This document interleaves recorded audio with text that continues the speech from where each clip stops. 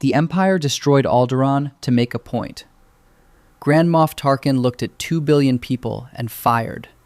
No warning, no negotiation, just the cleanest expression of what a regime built on fear looks like when it commits to the bit. That same regime built a second Death Star before the first one's debris field had settled. It maintained a fleet of planet killers, an army of expendable soldiers, and a right hand who could choke you from across a conference table. There is, supposedly, nothing this government wouldn't do. So here's the question that should stop you. What kind of weapon is so dangerous that even the Empire banned it? There's a list. Arms the most ruthless government in galactic history looked at and said, "Not that one. That one's too far." The answer isn't moral. It's political. Every weapon on this list threatened the controller's monopoly on directed death, not just the lives of the controlled.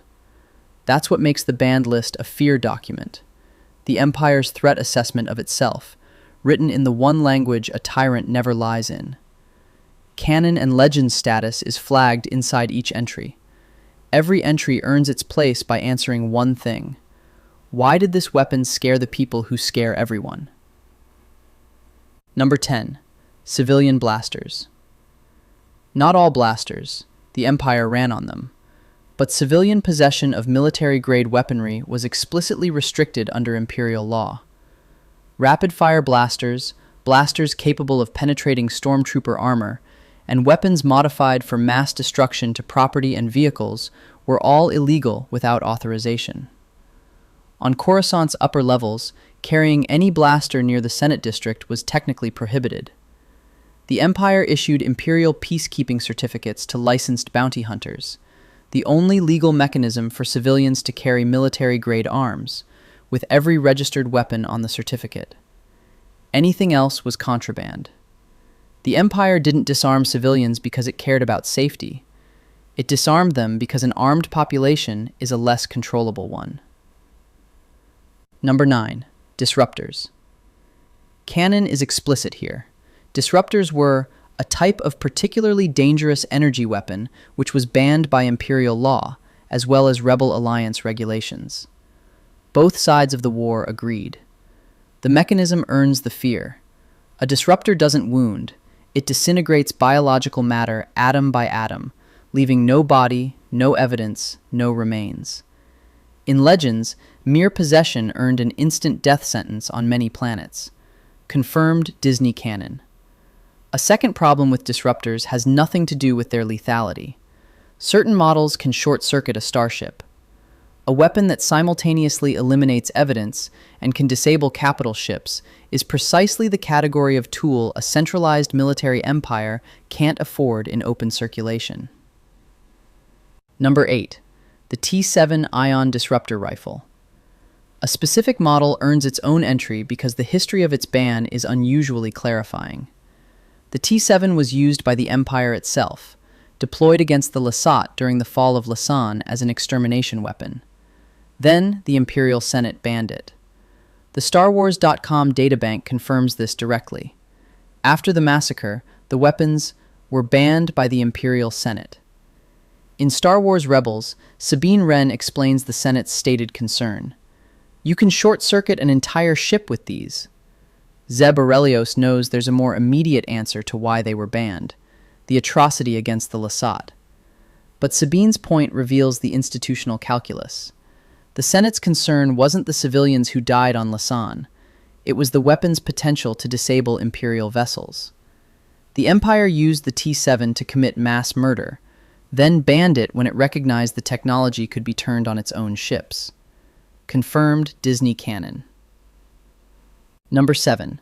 Lightsabers, for unauthorized carriers. No single text contains the phrase, lightsabers are banned, but the operational reality of the Galactic Empire is unambiguous. After Order 66, Jedi were hunted to near extinction. Possessing a lightsaber while not being an authorized Force user, Darth Vader, the Emperor, or one of the Inquisitors, was treated as evidence of sedition, typically punishable by death.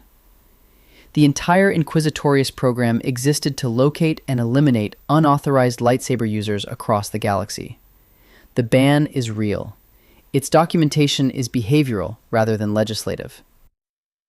Implied canon. Number 6. Beskar, Mandalorian iron. The Empire didn't pass legislation against Beskar. It did something more efficient. It took all of it. During the Great Purge of Mandalore, Imperial forces systematically collected Beskar for its significance and value, melting it into cog-stamped ingots used as currency, shown throughout the Mandalorian as tribute. The result for Mandalorian civilians was functionally identical to a ban. The material ceased to exist in private hands. Beskar can deflect a lightsaber blade. In a military hierarchy that relied on lightsaber-wielding enforcers to project fear across the galaxy, a material that reduces a lightsaber to an ordinary sword carries obvious strategic weight, whatever the documented rationale for the collection. You don't need to ban a material if no one outside your own treasury holds any. Confirmed Disney canon. Number 5. Cortosis. Cortosis does something Beskar can't.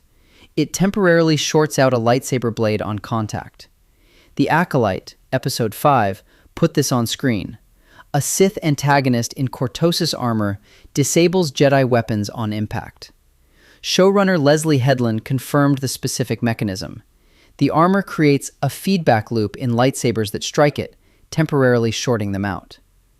The current canon Wikipedia article states directly that Cortosis could even withstand the blow of a lightsaber and briefly short out its blade.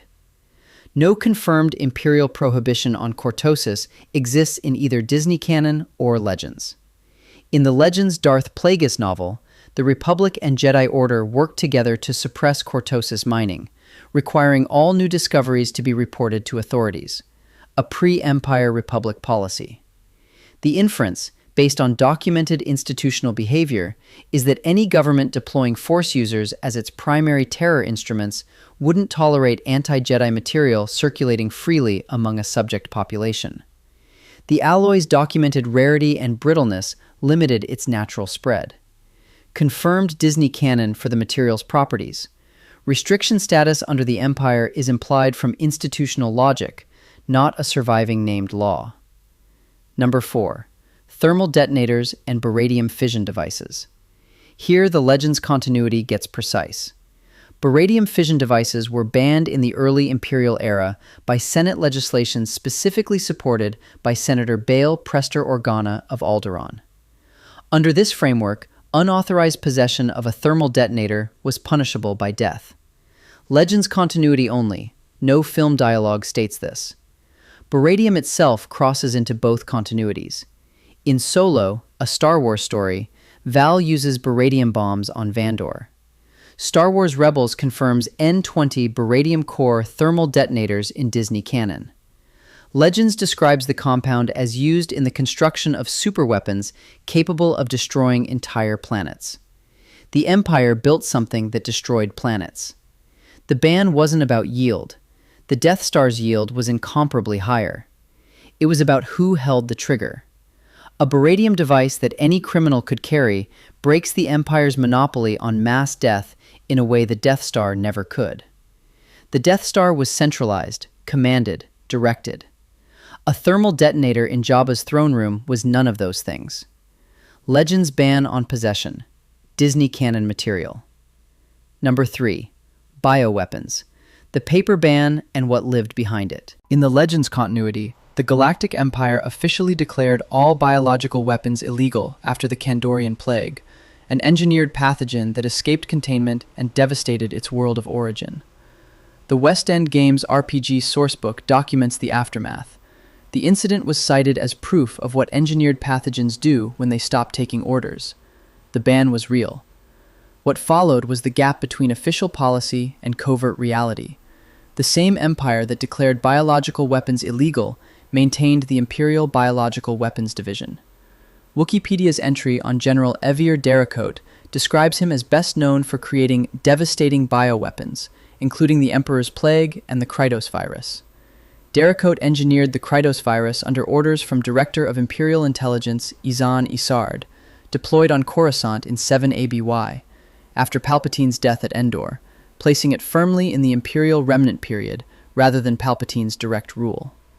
The virus infected humans and non-humans alike, but was selectively lethal only to non-humans, with humans serving as asymptomatic carriers spread across the entire civilian population.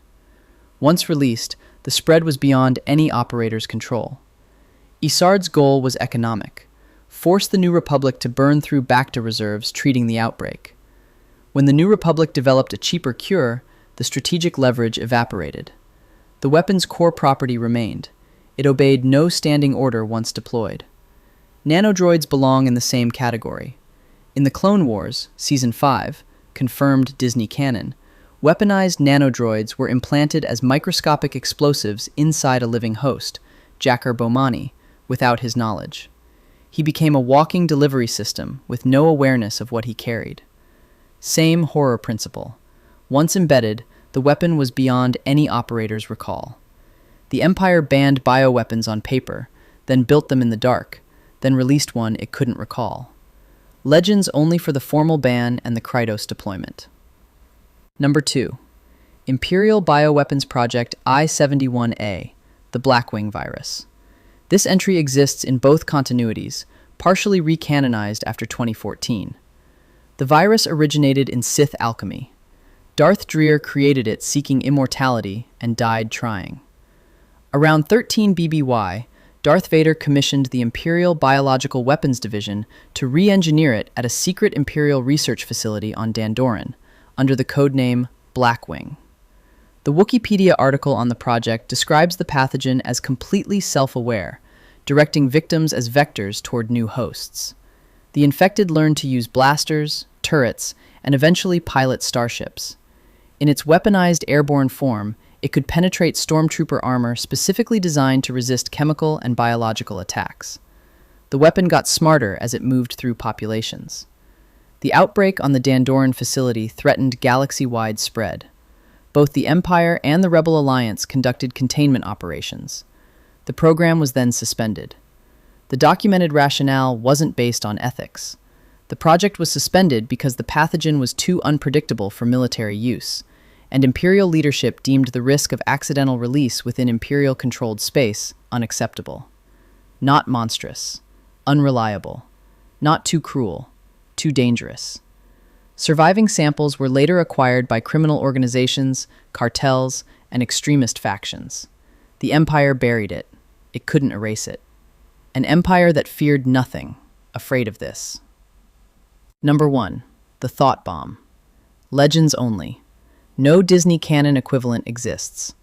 This entry matters not as a live weapon in the Empire's operational era, but as the theoretical outer limit of the entire logic, and because understanding why it sits here requires understanding something about Palpatine himself. Around 1000 BBY, the Sith Brotherhood of Darkness, under Lord Khan, detonated a thought bomb on Ruusan against the Jedi Army of Light.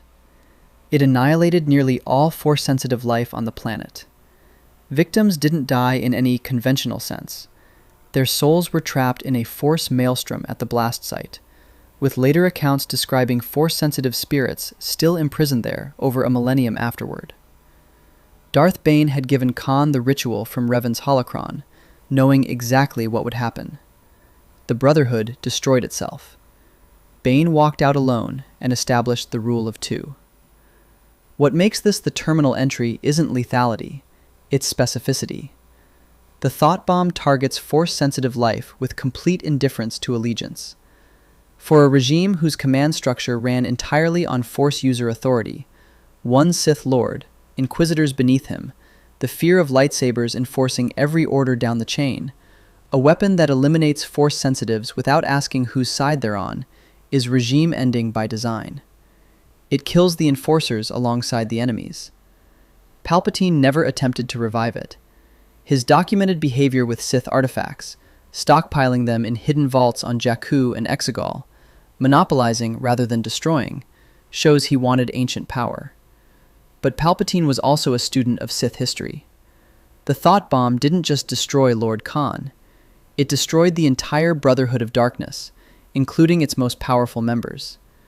For a Sith Lord who had spent decades building a power structure centered entirely on himself, a weapon that kills Force users without distinction is a direct threat to the one person in the galaxy he actually needed to survive. That's the outer limit of the galaxy's horror map. Not a weapon too cruel, a weapon too honest about who it would kill. The Empire destroyed Alderaan to make a point. Then it maintained a list of things it wouldn't allow, not because of the body count, but because of who was doing the counting. Tarkin's foundational memo to Palpatine laid out the doctrine clearly: rule through the fear of force, rather than through force itself. But fear only functions if you hold the monopoly on what produces it. A disruptor in any criminal's hands, cortosis on any rebel's arm, beradium charges available to anyone with credits, a virus that spread through Imperial citizens without orders, killing in directions nobody had authorized, an ancient ritual that killed Force users, the Empire's own instruments of terror, without asking for credentials. Every entry on this list is a crack in that monopoly. The Empire didn't ban these weapons because killing was wrong. It banned them because they could kill in hands nobody had approved, spread past targets nobody had designated, and neutralize the enforcers who made the entire system run. The Death Star was terrifying. The banned list is something different. It's the threat assessment of the weapons that terrified the Death Star's architects. Not a moral document, a fear document. Subscribe for more stories like this.